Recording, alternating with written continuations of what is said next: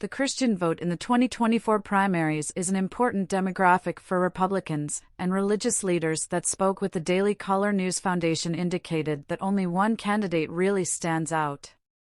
Recent polls show former President Donald Trump winning the GOP nomination spot by as much as 26%, while his chances against President Joe Biden still present a large question about whether or not a 2024 rematch would place Trump in the White House.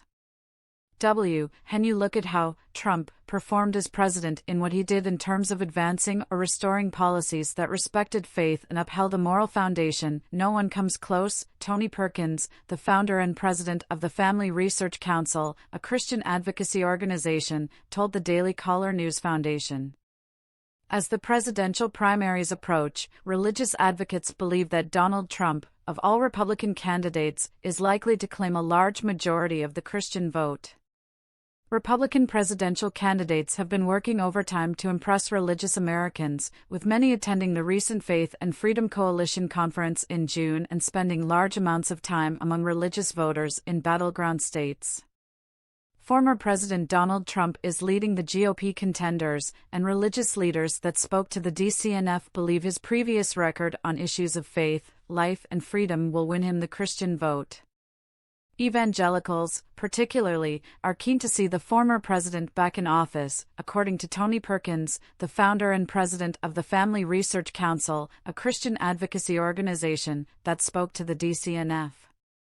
Donald Trump kind of raised the bar, which sounds a little odd on its face, because he certainly was not a candidate when given his background and everything that evangelicals would have been drawn toward, Perkins said. But when you look at how he performed as president in what he did in terms of advancing or restoring policies that respected faith and upheld a moral foundation, no one comes close. Trump's alleged affair with Stormy Daniels, his infamous, expletive-filled Twitter rants against various media, celebrity and political figures, and his more recent trouble with the law might otherwise preclude him from gaining such strong support from religious circles. However, Trump's policies and stances during his first term as president often resonated with those same voters who have often felt ignored by more mainstream Republicans, according to Perkins. Trump made waves as the first sitting president to appear publicly at the March for Life, an annual pro-life march in D.C. that usually draws upwards of 10,000 people. In 2019, he announced that his administration was working on creating a new federal policy that allowed religious adoption facilitators, homeless shelters, healthcare clinics, and other organizations to participate in grants from the Department of Health and Human Services. In 2017, the former president issued an executive order to Attorney General Jeff Sessions to defend laws like the Religious Liberty Accommodations Act, which allows religious Americans to adhere to their faith on issues of same-sex marriage and gender identity and sexual orientation, that was passed in Missouri. In 2020, Trump took 80% of white evangelical voters in 2016 and 76% in 2020, while a March poll found that in a head-to-head matchup, Trump is currently holding 51% of the evangelical vote over DeSantis' 42%, according to Reuters. I think he's the undisputed favorite, Robert Jeffress, the pastor at First Baptist Church in Dallas, Texas, and host of the radio show Pathway to Victory, told the DCNF.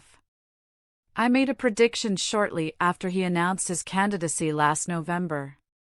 I said that eventually, evangelicals would coalesce again around Trump. Some of them might try to kick the tires of different candidates, but eventually, they would coalesce.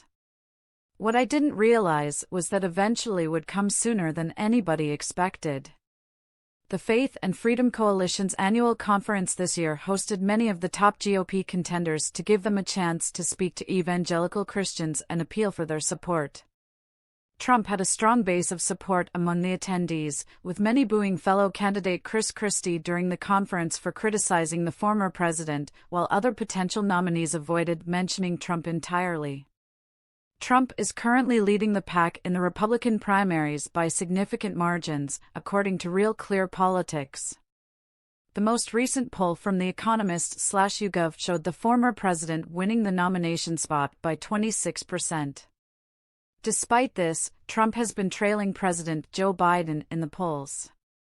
One poll from NBC News had Biden beating Trump at 49% to 45%, but a new poll by the Morning Consult showed Trump closing the gap at 42% to Biden's 43%. Perkins told the DCNF that for Trump to keep up the momentum he will need to cast a vision of the future, but said that regardless he felt Christians' inclination was still to vote for the former president due to his previous record on religious issues.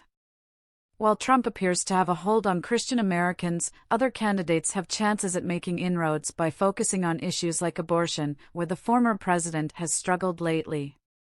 Tim Head, the executive director for the Faith and Freedom Coalition, an organization dedicated to educating, equipping, and mobilizing people of faith, agreed that Trump has a solid core percentage of the Christian vote, but cautioned that nothing is guaranteed since the election is still many months away.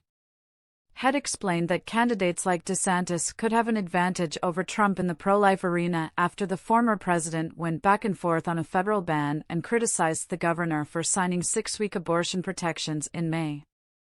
Governor DeSantis has a lot of influence in this type of area, and he's using that influence to deliver victories for religious voters on life, religious liberty, and, certainly on traditional family values, Head told the DCNF. Jeffress conceded that in the event that Trump does not become the nominee, he believed Mike Pence would be the one to receive the full support of Christian voters due to his commitment to his faith and his involvement in the Trump administration. Bob Vander Plaats, the president and CEO of the Family Leader, a Christian advocacy organization in the key primary state of Iowa, told the New York Times that Vivek Ramaswamy, who is Hindu, impressed him despite the difference in faith because he was willing to answer the deeper questions. The odds, however, are against any other candidate taking the nomination, according to Jeffress and Perkins. When you look at his 4 years as president and how he championed all of these issues, and look at how he continues to push back on the left, Perkins told the DCNF. He puts himself into a position that many who have been marginalized and attacked by the culture identify with.